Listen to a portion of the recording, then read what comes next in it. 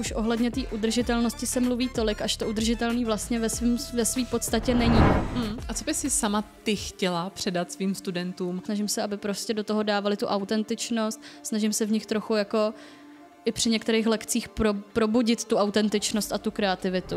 Je důležitý nebejt ovlivněný jenom jedním člověkem. Já vlastně nevím, jak to mám popsat, to už je taky, že ty hadry vidím všude. Vlastně je to trochu nemoc. Prostě já jedu tramvají a vidím hadry. Dobrý den, mé jméno je Klára Haunerová, jsem z Institutu módní tvorby. Institut jsem založila, jsem stálou majitelkou, zakladatelkou, ředitelkou a tohle je náš podcast, kam si zvu já inspirativní hosty z módní branže, z našeho ateliéru a naše spolupracovníky. A je mi velkou ctí tady dneska mít Valerii Jurčíkovou. Ahoj. Ahoj, Valerie. Tak, těšila ses na dnešní podcast? Já nevím, asi jo, já jsem nikdy nenatáčela podcast. Těš se, mám na Takže tebe jsem jako, řadu zajímavých otázek. Jsem zvědavá, co mě čeká. Tak. Těším se. A tak, abych tě představila. Valerie Jurčíková, kdo vlastně je designérka, absolventka pražské UPRUM, ateliéru designu oděvu a obuvy na pražské UPRUM, což jste měli teda společné s Honzou Smejkalem. Vy jste spolu nejspíš... Jsme spolužáci. Vy jste i spolužáci. Ten tady byl před tebou v předchozím díle. Ke své tvorbě Valerie přistupuje konceptuálním způsobem, kdy oděv vnímá spíše jako skulpturu obklopující lidské tělo. Inspirací se jí často stávají životní situace, okolnosti nebo prostředí, ve kterých se v daný moment nachází. Kromě pražského Fashion Weeku prezentovala svou kolekci například v Tokiu. Na Czech Grand Design získala v roce 2021 nominaci na cenu v kategorii Objev roku. V našem institutu působí od února 2024 jako hlavní lektorka dlouhodobých semestrálních kurzů Basic, Medium a mnoho dalších. Tak vítej v našem podcastu. Řekla jsem snad úplně všechno nejdůležitější. Já myslím, že jo, že to nejdůležitější zaznělo. Já teda musím říci, že když jsem o tobě chtěla si něco napsat na přípravu, tak mi přišel takový dlouhý životopis, ze kterého jsem si prý měla vybrat. Bylo tam toho tolik. A bylo to všechno dost úspěšné, což teda navazuje asi i na Honzu Smejkala. Vy jste absolventi pražské UPRUM a jste hrozně úspěšní. Každý student UPRUM je takhle úspěšný? Nebo jste vy ti ojedinělí? To si nemyslím, že jsme ojedinělí. Já si myslím, že spousta je úspěšných, že naše vedoucí byla paní Libena Rochová, která nás všechny vedla k tomu mít prostě ten tah na branku a jít si za tím svým. A každý to má jinak. Někdo si prostě po čase zvolí, že ty priority pro něj jsou jiný a jde trochu jinou cestou, chce mít nějaký jako klidnější život, někdo je prostě do toho tak zblázněnej, zamilovaný, že prostě jede dál a dál a dál, že jo. Takže já si myslím, že je to prostě pade na pade, že myslím si, že od nás spousta úspěšných těch absolventů a spousta je úspěšných vlastně taky, ale trochu jinak, že třeba nezůstali úplně přímo u toho dodržovat prostě každý půl rok Fashion Week a každý furt něco tohle tamto, ale prostě šli nějakou klidnější cestou. No. Či dá se říct, že UPRUM stále patří asi k takový top jedničce, když chceš být oděvním designérem. Já to teda aspoň tak vnímám. Já taky, ale ode mě je to trochu alibistický. Určitě. Každopádně hodně se o tobě píše. Já jsem si tady vytáhla pár titulků, který asi vypovídají úplně jasně, kdo je Valerie Jurčíková, naděje nové generace. Perfektní outfit podle Valerie Jurčíkové, dělá ho jeho univerzálnost a na to hned nevážu dalším titulkem. Ten se mi hrozně líbí. Pro mě se dokonalý look skládá z krásných černých kalhot, černého roláku, černého kabátu a bílých tenisek. Ty tenisky bych už změnila. A to je trošku starší člověk. Mně se to hrozně líbilo. A nevím, jestli vlastně jakoby to je aktuální pro mě. Takže se to změnilo? No, jako vlastně myslím si, že tady ty kusy, které jsem tam vyjmenovala, tak jsou pořád takový jako základní v tom mém šatníku a vlastně se snažím jakoby mít vždycky prostě hezký černý kabát, hezký černý kalhoty, hezký černý rolák, když je často chlupatý od koček. Ale ty tenisky bych asi už vyřadila, no ty jsem nějak jako úplně, ty jsem vyřadila ze svého šatníku trochu, no. Aha, takže velká změna. Každopádně chceš, aby se takhle oblíkali i tví klienti, protože to úplně nekoresponduje s tím, jak zase věci se prezentují na pražských týdnech módy. To jsou hodně extravagantní kousky, abych řekla až umění. Jakoby můj šatník je plný taky nějakých jako šílenějších kousků a já dost měním ty outfity jako náladu a já mám fakt obrovský šatník, jakože mám fakt hodně oblečení. A tohle, co jsem řekla asi pro ten článek, tak je spíš takový, to jsou spíš jako vyjmenoval jsem kusy, který si myslím, že by měl každý mít, protože se hodí ke všemu, hodí se na všechny příležitosti, jdou snadno kombinovat, ale nevím, jestli jako vyloženě bych takhle oblíkla svoji klientku. Je mi to jasný. Jo, tak jak bys vlastně prezentovala sama sebe? Kdo je Valerie Jurčíková? To je těžko říct, tady mám takový výslech. Teda. Trošku. Já jsem hodně tvrdohlavý člověk, který si hodně jde za svým. Jsem extrémně pracovitá, to je, si myslím, že je moje pozitivní vlastnost. Paní Rochová vždycky říkala, že jsem strašně zabejčená. Nevím, jestli je to dobře nebo špatně. Trošku šílená občas, hodně mluvím, i když teď jsem se trochu zasekla.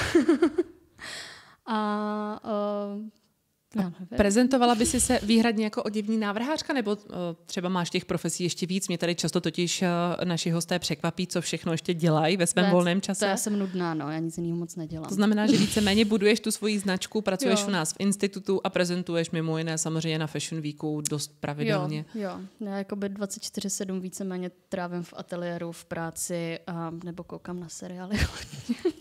Co teď frčí v seriálech? Já nevím, právě, že teď už nic. Já se teď koukám znova na Game of Thrones. Znova to znamená, že už jste viděla, když do toho jasně, znova. už jsem to viděla, když to jako bylo aktuální a teď jako uplynulo nějakých pár let od té doby. Jsem to neviděla, tak jsem si říkala, tak dám si to mi zabere pár týdnů, je to týden, už jsem skoro u poslední série, ale... No, protože Honza Smejkal zmínil, že ten, když přijde z práce, tak fakt si lehne na ten gauč, dá si to dobrý jídlo, venčit svýho Olivera ani nemusí, ten je skoro bezúdržbovej, ten je rád v peřinách, tak taky máš ten klid radši. Stejně, my jsme s Honzou hodně podobný v tomhle, takže já jsem myslím, si všimla. Taky. A ty jsi to i dokonce, než jsme začali tenhle podcast, ty jsi to řekla hrozně krásně, že v podstatě vy jste úplně totožný, pouze s jiným pohlavím. Dá se to tak říct. Jsou tam nějaký rozdíly v té povaze, ale jako z 90% jsme hodně podobný. A hlavně bylo krásné, jak jsi se k nám do ateliéru, do Institutu modní tvorby dostala. Já jsem se zeptala Honzi Smejkala, jestli neví o někom, kdo by ho tedy nahradil, protože on nám odcházel do modního domu a on mi okamžitě řekl, no tak jedině Val, kdo jiný. Zeptám se ti, to je úplně jasný. Říkám, jak jasný? No to si představ mě, akorát je to žena, takže... To je jasné. Tak jsem tady. Jsi tady a taky to tak vnímám, ale každý máte úplně jiný rukopis samozřejmě, jinak vedeš lektory. Řekla bych, že seš zase trošku jiný ten element v našem ateliéru. Já bych řekla, že v tuto chvíli asi učíš i nejvíc kurzů, nebo tak to vnímám a myslím si, že tomu i nadále tak bude, že budeš jeden z hlavních lektorů a vlastně těch vůdčích a garantů, protože my máme v kurzu dlouhodobém vždycky garanta, který, jenom abyste si to tak jako představili, to je něco jako třídní učitel, ale jako nejsme ve škole, tak tomu říkáme garant.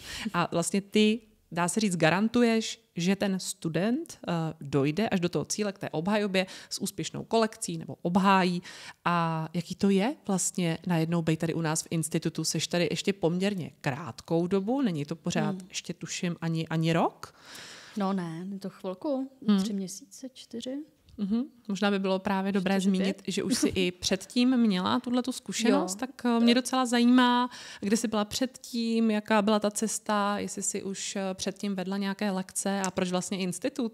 No, jako předtím už jsem vedla nějaký lekce a řekla bych, že to bylo poměrně jiný. Tady se stavím do nějaký jako víc pozice, já bych řekla konzultanta, ne úplně jako lektora, který těm lidem říká, co mají dělat, ale spíš se jim snaží radit a vést je v té jejich cestě, kterou oni chtějí jít.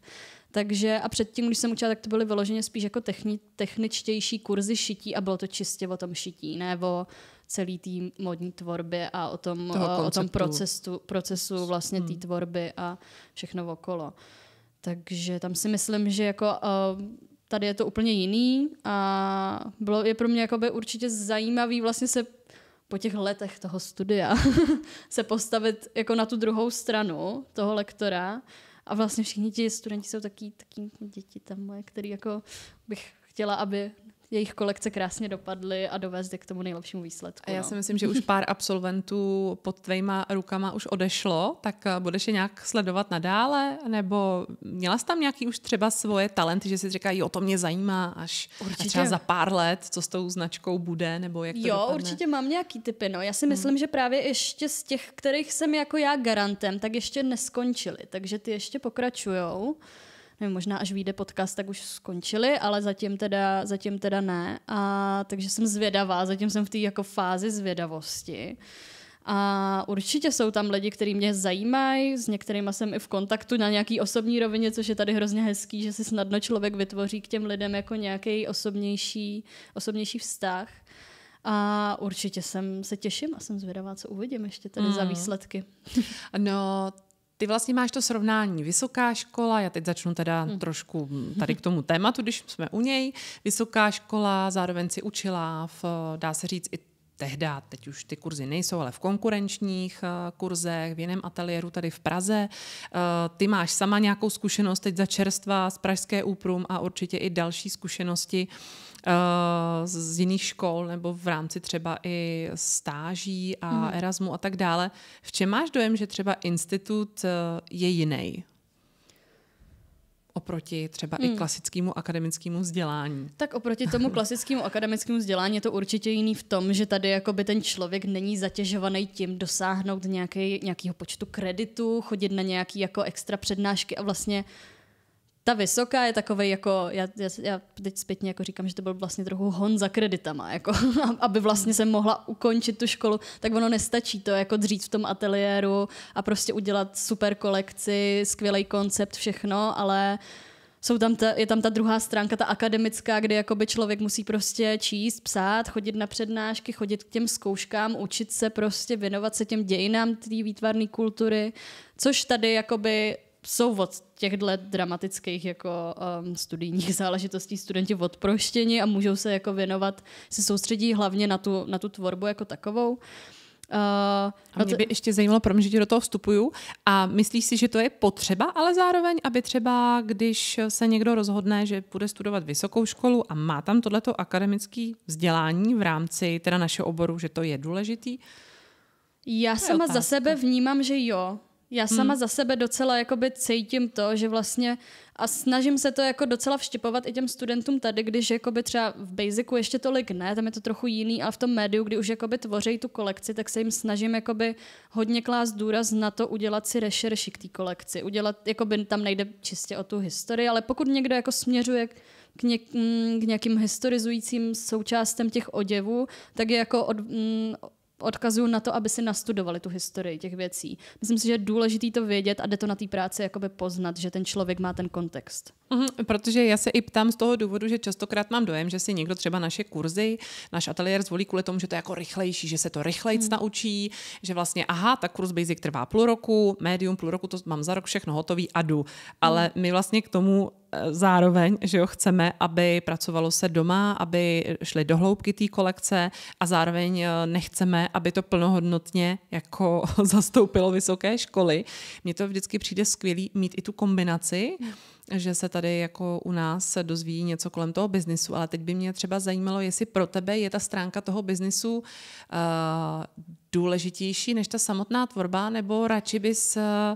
Protože já mám dojem, že u nás je to víc i zaměřeno na tu praktickou stránku, pro mě je to třeba hrozně důležitý, ale zároveň ta kreativní vždycky tam je samozřejmě též, je to půl na půl, nebo tak to vnímám já, ale vždycky, když bych si mohla vybrat, tak ten biznis tam převažuje, protože jsem měla dojem, že to na těch školách vždycky chybělo. Tak. No, to je pravda, no. To určitě na té vysoké škole chybí, bylo tam pár nějakých přednášek, ale jako nemůžu vůbec s čistým svědomím říct, že bych měla jakoby z té vysoké školy nějaký biznisový základ, což jakoby přiznávám, že nemám z té vejšky a hodně se o tom bavíme i jako s bývalýma spolužákama a s kolegama z oboru, že vlastně tohle nám na té vejšce hodně chybělo, což tady je super, že to je.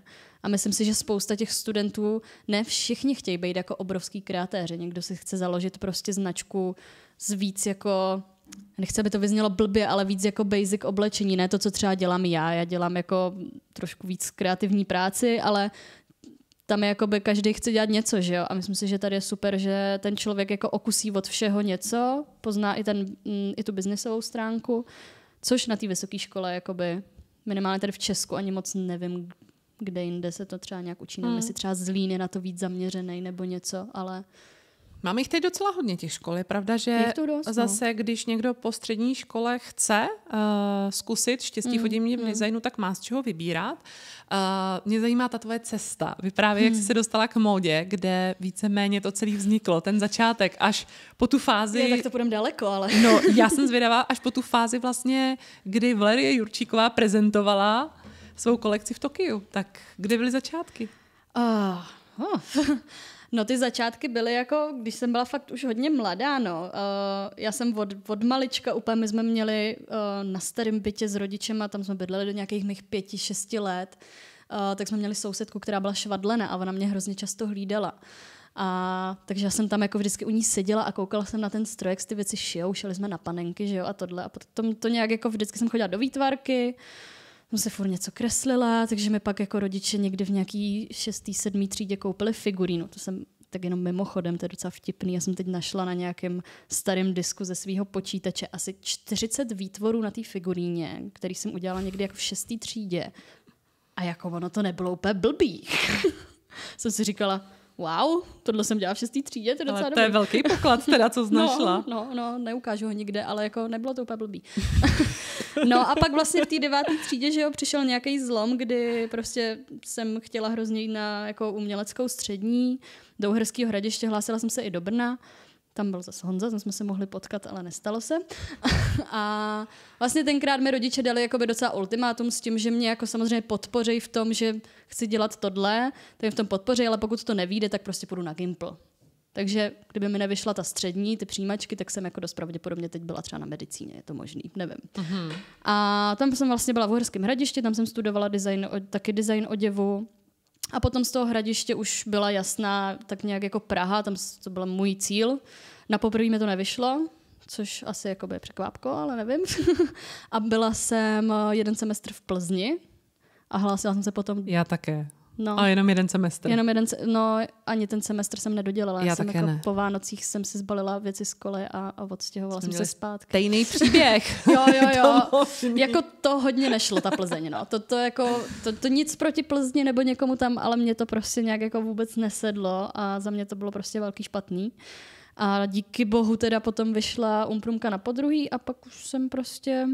pokračovala tady, no. A vlastně to Tokio, tak to je zásluha velká prostě paní Rochový, která tam prostě vytvořila nějaký přátelský vztahy a mohli jsme tam pravidelně jezdit, no. Jezdit předvádět naše kolekce, což bylo skvělý. A určitě skvělý zážitek, skvělá zkušenost. Já jsem tam byla 3krát, takže jsem to načerpala docela naplno, co šlo. Jak se líbila kolekce v Tokiu? Máš nějaké ohlasy zpětně? Jako přímo z Tokia asi úplně vlastně ne. Já vím, že jako líbila se určitě. Oni byli docela překvapení potom, protože potom ti Japonci jezdili pak k nám na Fashion Week pražský. A si pamatuju, když jako přijeli a dělali nám vždycky nějaký workshop u nás v ateliéru a oni tam mají jakoby, ta bunka má prostě celou obrovskou budovu plnou prostě technického zázemí, archivů, prostě všechno. Mají tam vlastní obchod s látkama, s galanterií, výtvarné potřeby, všechno, prostě obrovský komplex. A oni to přijeli je úplně něco jiného, a oni přijeli k nám do toho jako malinkého ateliéru, kde jsme tenkrát jakoby jenom pod patrem měli 2 stroje, na kterých šilo 20 lidí. Teď už máme dílnu, ale... A oni přijeli, a kde máte tu dílnu? Ale ne, tam... Tak to bylo takový, tak byly jakoby vlastně potom taky jako překvapený mile, že vlastně i s takovýmhle zázemím jsme dokázali udělat vlastně ty plnohodnotné kolekce, které se daly, jako, myslím si, že kvalitativně srovnat s těma jejich, že to nebyl to žádný diametrální rozdíl tam mezi tím. Jakože vlastně obě dvě ty strany byly super, jenom každý měl trochu jiný technický zázemí na tu výrobu. A ty sama, když vzpomínáš na Tokio, měla si šanci si teda prohlídnout to zázemí studentů té dané školy, vidět ty rozdíly, jako co bys třeba zdůraznila, že tam byly, dobře, už víme teda to zázemí, častokrát tohle asi se stává na těch našich školách a já jsem se třeba snažila, aby tady u nás v institutu to zázemí bylo, ale už to trochu přeháníme, někdy mám pocit, že až trošku studenty rozmazleme. Ale větší, než bylo doteď na Umprumce, takže...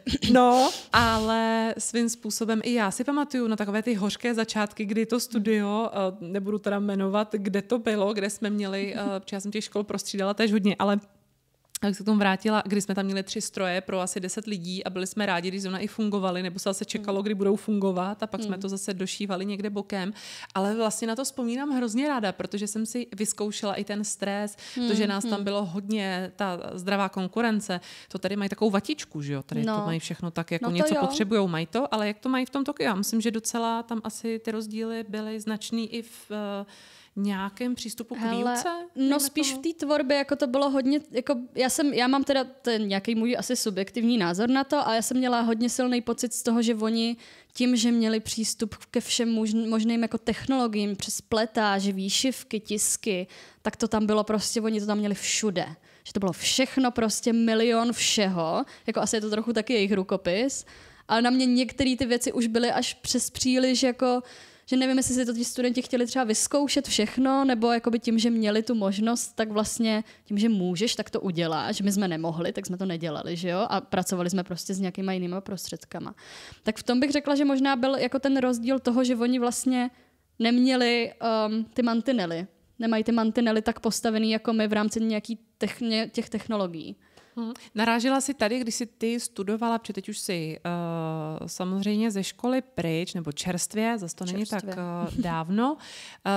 Narážela jsi na nějaký právě problémy, mantinely, teď to nesouvisí se školou, ale třeba s tím, že jsi chtěla někdy něco vyrobit a ono to tady úplně technologicky nešlo, nebo ten materiál byl jenom ve světě, nebo něco na tenhle způsob. Já třeba sama jsem na to dost narážela. Jako určitě vlastně s tou výrobou je docela problém, ale zároveň já docela jakoby v té tvorbě prostě přemýšlím s tím, co mám, s tím, s čím můžu pracovat a podle toho se zařizuju, že moc jakoby nesnažím se jakoby si brečet nad rozlitým mlíkem tím, že tohle tady nevyrobím a snažím se dělat ty věci tak, abych je mohla vyrobit tady prostě. No to jsi mi úplně nahrála, protože vím, že jedna tvoje kolekce vznikla z pneumatik aut, tak opravdu se dá oni říct, to nejsou úplně pneumatiky, ale jsou to nějaký výplně, který já se upřímně přiznám, já jsem ten materiál dostala od svý paní učitelky na střední, protože oni z toho dělali nějaký klauzury a dostali to jako sponzorský dar od jedné firmy, která ve Zlínském kraji vyrábí pneumatiky. A ona mi toho dala prostě plnej pytel a mě to asi 6 let leželo v ateliéru. To ještě kdyby tady byl Honza, tak by potvrdil, protože jsme spolu měli svůj první ateliér, jsme si v covidu zařídili. A furt mi to tam leželo, říkám, co s tím, no. A potom jako nějak to samo vyplynulo, že jsem to prostě použila a čekalo to tam, no. A jsou to jako výplně prostě podle mě z nějakých jako spíš možná i traktorových nebo nějakých velkých těžkých pneumatik. A je to prostě... A Valerie měla hnedka příležitost pro novou kolekci, takže tím jsi to krásně potvrdila. Jsou ještě nějaký další specifický materiály, na který třeba ráda vzpomínáš, že byly třeba v tvý tvorbě nějak výrazně, nebyl to úplně klasický materiál, takže jdeš do obchodu a prvoplánově koupíš látku. To je takový moje jako... to dělám ráda, no, nějaký specifika takový. Moje první kolekce na Umprum, když jsme měli zadání Ethical Message se to jmenovalo a měli jsme pracovat jakoby s něčím mělo to být jako udržitelný, etický, ekologický a já jsem se z nějakého důvodu rozhodla recyklovat starý perský koberce. Já jsem čekala, co z tebe vypadne. Tak No, starý perský koberce u babičky jsem nazbírala něco jsem dostala od dalších babiček a já jsem je jako párala, takže mi tam vznikaly potom jenom, že tam zůstala jenom ta osnova a zůstávaly tam takový jako třásničky, ale párat ty stoletý koberce smradlavý trochu jako by bylo docela zábavný, no. Ale rovnou přejdu k otázce, jestli máš pocit, že se tady dá pracovat s materiálem, který můžu nazývat něco jako recyklát. To znamená, chápejme to, že vyřadíme oblečení, stane se z toho zase další funkční materiál, ze kterého by se dalo tvořit. Je tady nějaká možnost něco takového vůbec vyhotovit? Dá se? Jako mluvíš čistě o nějaký upcyklaci? Nebo... No, protože já vím, že kdysi dávno jsem dělala takovou reportáž, že jsem psala o tom jednu takovou knížku a vím, že to byly velký problémy v rámci výroby, protože nikdy vlastně nevznikne plnohodnotný materiál. No, tam prostě ten odpad bude vždycky, no, většinou, jako si myslím, že asi jako, já nechci vůbec kecat, protože já nejsem vůbec nějaký expert na materiály, ani ho ze sebe nechci dělat, ale... Ale prostě nekoupíš materiál, že jdeš do obchodu a řekneš, tak já bych si zrovna tady chtěla pořídit něco tady, že by to třeba si udělala formou udržitelného způsobu, vlastně to pořád ty možnosti jako nejsou. Existují materiály, že jo, existuje nám tady Econyl prostě, který je jako alternativa likry, markery, naplavky, věci. Určitě ty varianty tady jsou, ale já se přiznám, že s tím prostě nějakou ultra zkušenost taky nemám. Ani jsem se na to nikdy jako nezaměřovala extrémně. Ale myslím si, že právě jakoby ten průmysl tady není prostě tak dobrý. On je tady prostě ten průmysl oděvní tak slabý, že i ten textilní, že je prostě těžký vůbec tady jako s něčím takovým pracovat. No. Kdy si myslíš, že je hlavní problém v tom, že teď je to takhle, přitom když se podíváme zpátky, dejme tomu, do Liberce, nebo vezmi si Líbigovy továrny, vezmi si všeobecně Zlín, Ježišmarja, kolik toho všeho bylo a jaká jsme byli velmoc, tak kdy myslíš, že ten hlavní problém, ta pauza velká, která tam vznikla, už se to nedohnalo? Se mě ptáš na otázky, na které neznám odpověď. Já je totiž taky neznám a v tu chvíli víceméně se ráda na to zeptám, jestli jako ono se to moc nedá, že jo? Ono se moc nedá říct, kde se stala chyba. Já nevím, jestli tady vlastně vůbec totiž je ten trh. On je tady prostě ten oděvní trh, je tady prostě podle mě strašně slabý a jako i klientsky prostě mimo Prahu je to fakt jako slabý, strašně slabý, takže se možná jakoby nevyplatí prostě držet tu továrnu při životě, že jo. A samozřejmě nějaká jako světová produkce. A hlavně jako v Číně ti to udělají levněji, no. No, je Bohužel. To tak. No. Každopádně k těm pozitivním stránkám našeho odvětví, co bys teď třeba zmínila, že je pro tebe, nebo ty to vnímáš ze svého subjektivního třeba pohledu, nějaký boom v té módě, je to nějaké digitální navrhování, zpracování textilí, nějaké nové technologie, možnosti pro návrháře. Co třeba vnímáš ty, že se hodně posunulo? Na digitální stránku taky neznám odpověď, já jsem digitální analfabet. Na to tady máme Žil, to je dobrý. Já vím, no, díky bohu. Takže to je, jakoby, já jsem ráda, že zapnu počítač. Ale no, já vlastně těžko říct. Dostávám hrozně složitý otázky. No, to je pravda, protože já si třeba pamatuju, že já, když jsem před 15 lety měla ještě svou značku, tak jsem měla dojem, že já vždycky přijdu s něčím, co se týkalo spíš jako takové ty české etické výroby, že to je jako teda velikánský boom, že teda přicházím s něčím úplně novým a že teda ukážu tady asi světu, jak ta česká výroba je důležitá a že na tom postavím ten brand a třeba dneska je to úplná jako jasná věc, že tak máme vlastně postupovat, takže ty věci se mění. Když jsme měli přednášky o udržitelném způsobu vůbec chování, oblíkání, vůbec tvorby u designérů, tak na to nikdo tehdy nechodil. Teď už je to zase poměrně populární a vlastně úplná součást naší tvorby. Taky si třeba nějaký vnímáš posun i ty? Já nevím, jestli na tohle mám tu správnou odpověď, protože já mám trochu pocit, že už ohledně té udržitelnosti se mluví tolik, až to udržitelný vlastně ve své podstatě není často a myslím si, že že my jsme v tom Česku jsme tak malinký, že jakoby my tu stopu děláme v podstatě nulovou a pro mě jakoby udržitelná je zakázková tvorba třeba. Pro mě není udržitelný dělat jakoby jedno tričko ve 100 barvách a ve všech velikostech, ale jakoby radši prostě to udělám přímo na tu klientku, vím, že to bude nosit, že to je přímo na ní. A než vlastně jakoby řešit tu produkci v nějakém větším množství. Je to pro mě i příjemnější, víc mě to baví a já vlastně jakoby já neprodukuju věci prostě v nějaký jako škále. To prostě nedělám, ani to moc dělat nechci. Takže jsi vlastně takovým vzorem, ale... No, to nevím. Tak by to bylo ideální, kdyby takhle tvořil To by bylo každý. super, kdyby to takhle fungovalo, no. Jako bohužel je to 1 měsíc nahoru, 1 měsíc dolů, že jo, ale já se na to třeba necítím. Mě nebaví řešit tu produkci, nebaví mě to, že mi potom, že objednám něco, pak mi to zůstane ležet prostě ve skladu a to už podle mě není udržitelný prostě zase na jednu stranu.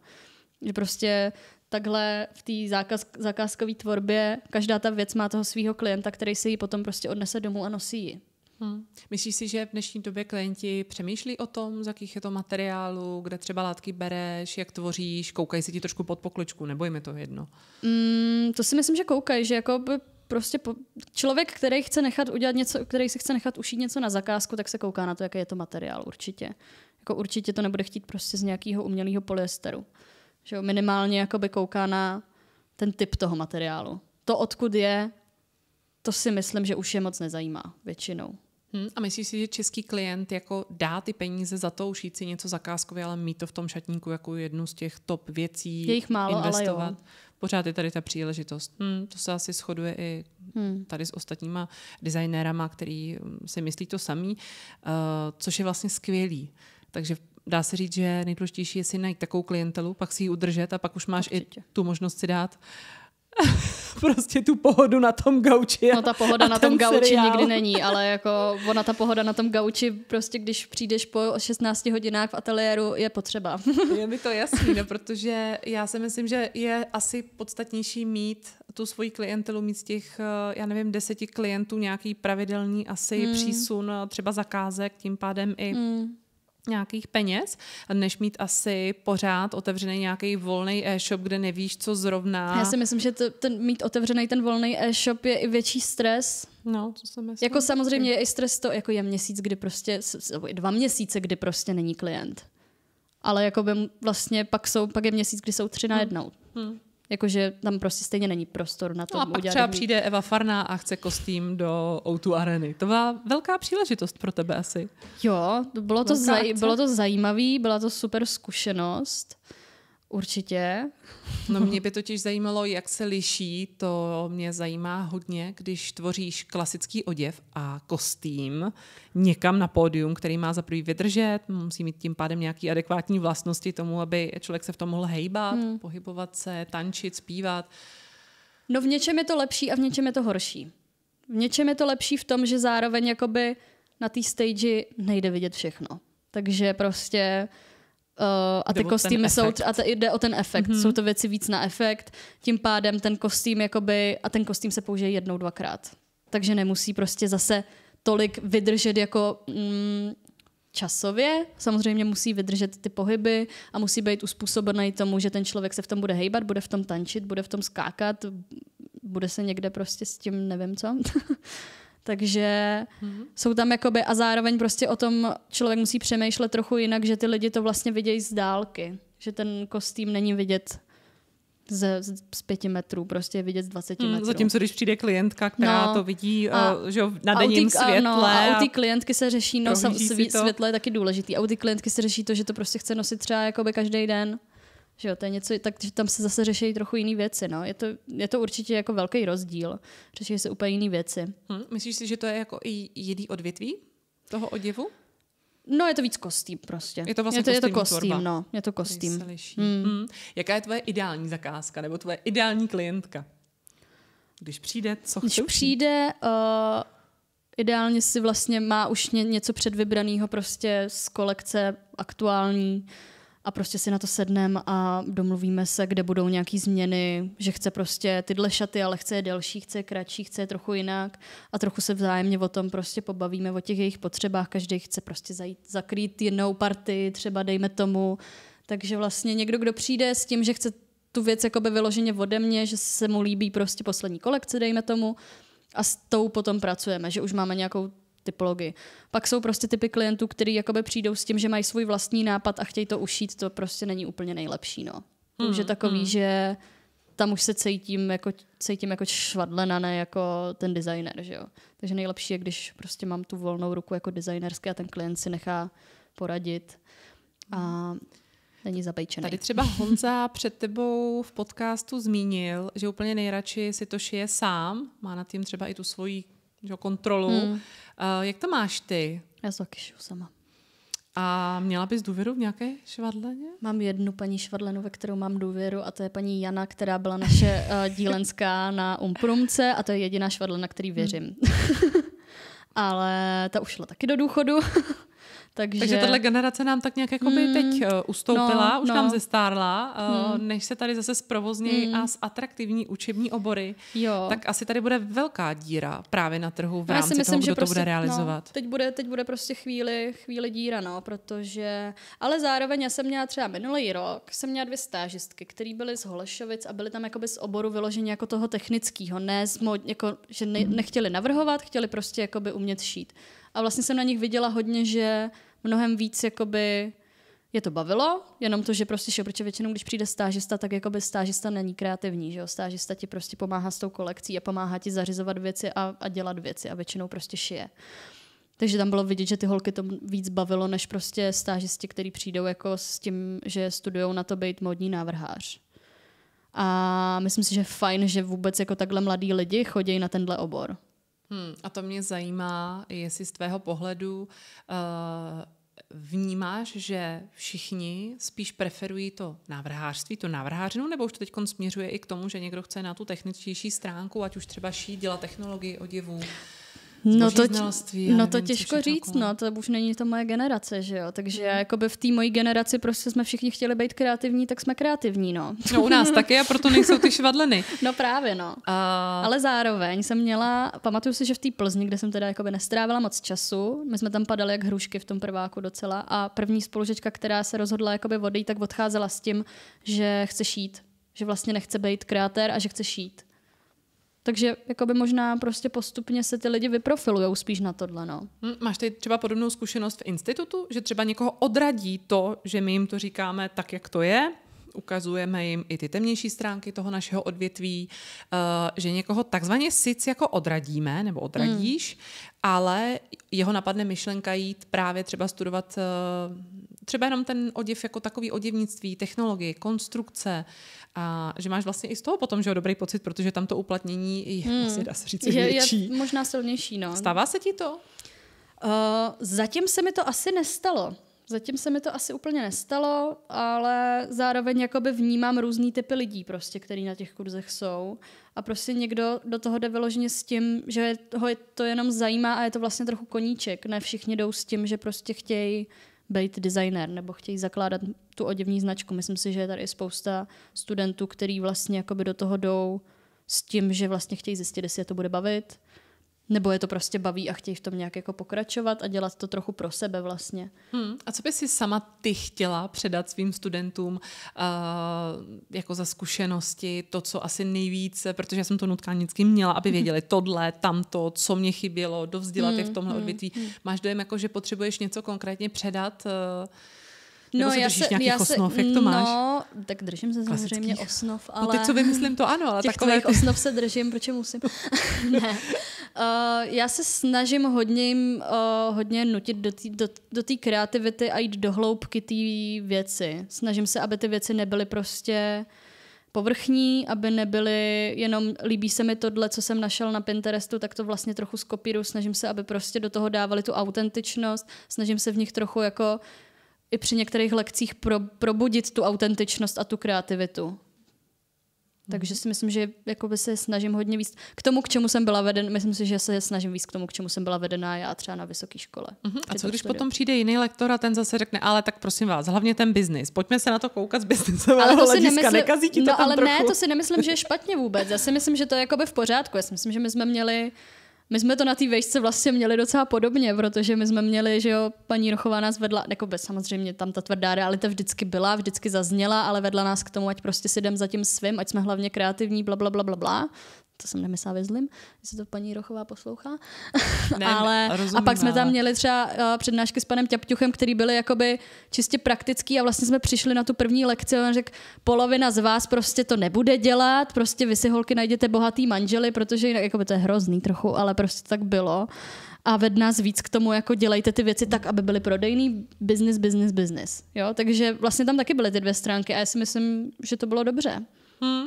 Já mám dojem, že třeba i u nás jsou tady takové odlišné přístupy podle toho, jaký lektor zrovna je a častokrát to asi budeš vnímat potom i v budoucnu, až tady budeš s náma ještě delší čas, že budeš poslouchat, no ale tak mě zrovna vyhovuje Kate a druhý bude říkat, no mě vyhovuje víc jako přístup Dity a někdo Ježíš Valerie, já chci jenom tebe.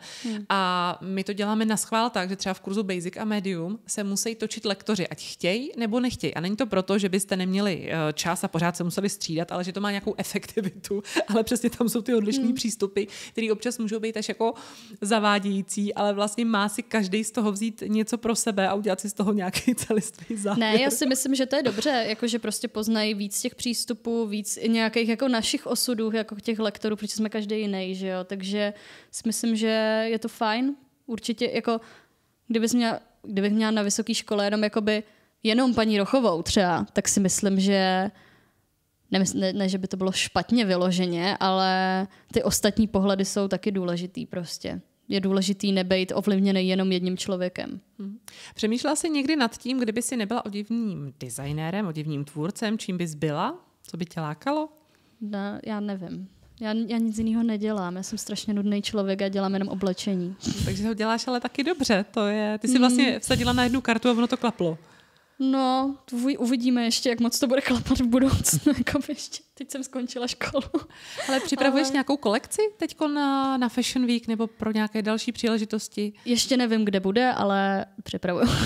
A máš už nějaký téma, který ti je třeba, nemusíš prozrazovat, ale máš už něco, co tě tam tlačí, že to chceš odprezentovat? Mám takový, jako já nemývám většinou hned od začátku nutně téma. Někdy to téma je a někdy je to prostě spíš třeba jenom nějaká nálada té kolekce. Vidím barvy, vidím siluety, materiál prostě, a teď mám prostě takový období, kdy zrovna mám jenom třeba barevnost, materiál, nějaký siluety. Takže je to právě zase simply, jak ty máš vlastně svým způsobem někdy ráda. No, teď mám prostě trochu, ta kolekce nebude jednoduchá, ale nemám úplně nějaký koncept teď momentálně, na kterým pracuju. Spíš takový, jako vidím jednotlivý kusy. Sleduješ oděvní trendy?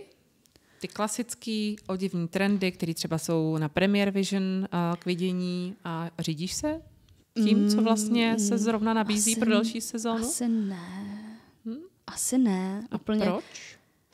Já nevím, mě to moc nebaví to sledovat upřímně. Jakoby, a já mám pocit, že trendama je tak zahlcený prostě celý Instagram a celý jako všechno. Vlastně celý institut jsem se lekla. No, institut ne, ale že vlastně ty trendy jsou tak všude a nějak jakoby já to samozřejmě podvědomě to vnímám, jako spíš sleduju prostě pařížský Fashion Weeky, londýnský, newyorský, prostě tohle všechno na to koukám, že bych vyloženě jezdila třeba na Premier Vision a já nevím, co tomu nás nutili v té Plzni vždycky studovat ty trendy a to mě hrozně štvalo.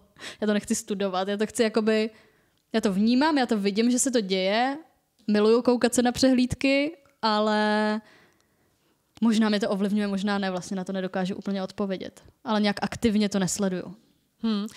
Opět další věc, o který si myslím, že to máš stejný s dalšíma designérama, protože vlastně já mám pocit, že to je určitý omezení pro ty designéry. Jasně chápu, pro světové módní domy je tam nějaká linka, která má nějaké vyosení, chviličku je něco trendového, chviličku to zase schováme, ať už je to barva, střih, zvonové kalhoty, když si vezmeme, kolikrát už jste ji objevili, zase to potom spadlo, má to nějakou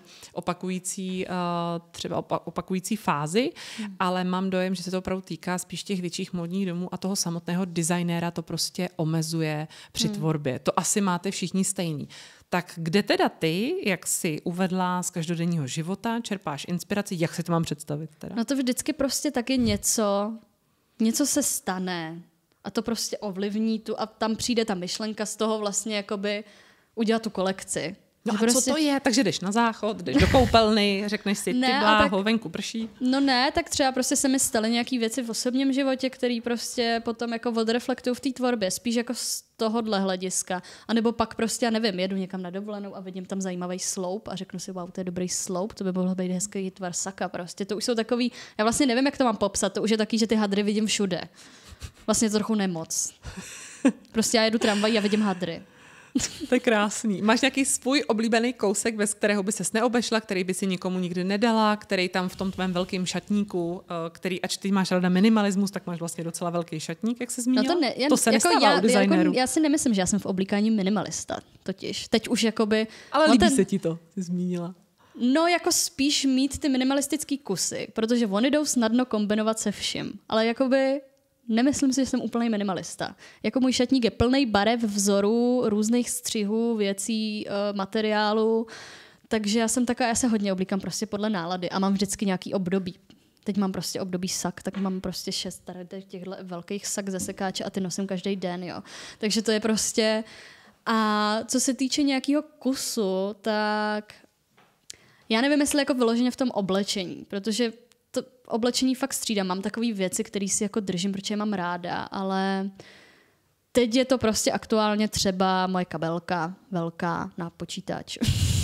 To jsem nečekala. Čekala jsem, že to bude nějaký právě velký sako. Je to Koperny kabelka, kterou jsem si prostě nejvíc oblíbila na světě, protože je to taková ta everyday kabelka, je černá, je úplně obyčejná a vlastně se hodí ke všemu a dám do ní úplně všechno, co na ten den potřebuju a takovou jsem hledala hrozně dlouho, takže tu mám. A jinak jsou to třeba brejle sluneční. Já mám vrozenou vadu očí, to moc lidí neví a potřebuju nosit furt sluneční brejle, takže sluneční brejle jsou pro mě taky docela důležitý. Dobře. Dobrý, pojďme si říct nějakou tvoji největší životní výzvu. Nemusí být ani pracovní, ale z tvého života výzva, která tě třeba nějakým způsobem ovlivnila. Vzpomeneš na něco? No, tak to asi bylo prostě minulý rok. No, minulý rok mi umřela máma na rakovinu po dlouhým boji. Tak to si myslím, že byla hodně velká životní výzva. I pracovní vlastně svým způsobem, protože vlastně udržet se v nějakém jako pracovním provozu v době, kdy nejseš ani v tom životním provozu úplně jako ani 50% vlastně, tak to bylo docela těžký, ale mám prostě skvělou rodinu, skvělýho přítele a skvělý kamarády a vlastně se to nějak jako zvládlo. No. Tak to si myslím, že byla hodně velká taková životní výzva a vlastně i pracovní trochu. No. A dáváš si do budoucna nějaký předsevzetí nebo něco, co by tě motivovalo dál, nebo co máš před sebou, co bys teď chtěla čeho dosáhnout? Tak já bych chtěla dál tvořit a mít tu možnost tvořit, mít na to ty finance a dál to držet prostě nějak po té škole. Teď je prostě zrovna taková doba, kdy se ptát na tuhle otázku je docela takový. Vlastně nevím moc, co teď bude po té škole. No tak jsi u nás, tady docela my ti vytížíme dost, to se neboj. Ne, to jo, to jako v tomhle slova smyslu jo, ale je to spíš takový s tím plánováním, že vlastně ta škola mi dávala hodně možnost plánovat dopředu, protože jsem prostě měla nějaký daný harmonogram roku díky té škole. A teď najednou jakoby ho nemám. Takže vlastně mám takový nějaký plán jako třeba do nějakého října, listopadu. A pak vlastně jako uvidím trochu, co bude. No. To je skvělý, ne? A asi vlastně to musím otevřenost. No a nějak jsem se rozhodla, že jako se tím nemůžu pořád stresovat, protože jsem to teď poslední dobou řešila fakt hodně a i moje okolí to řešilo hodně. Jak jsme všichni jako kolegové a ze stejného oboru, stejné školy, tak vlastně to řeší úplně všichni. Tak jsme si tak nějak kolektivně řekli, že na to musíme trošku kašlat víc a prostě neplánovat tak moc do budoucna. Já si vždycky říkám, že tohle to vychází z toho, v jakém seš nejenom rozpoložení, ale jak to jde s věkem. No a to taky, no. Chci čím dál tím víc větší svobodu. A to taky, no. Už mám 30 na krku a nesejím se úplně nejlíp teda, no, ale... No počkej před 40. No. To doufám, že už bude lepší. No, ta energie ubývá, ale já jsem strašně moc ráda, že jsi v našem týmu a že jsi byla dneska mým hostem. Moc jsem si to užila. Děkuji ti za všechny tvé myšlenky. Držím palce zase, ať tě vidíme někde ve světě a samozřejmě u nás v institutu pravidelně. Moc děkuju. Krásný zbytek dne a děkujeme za pozornost.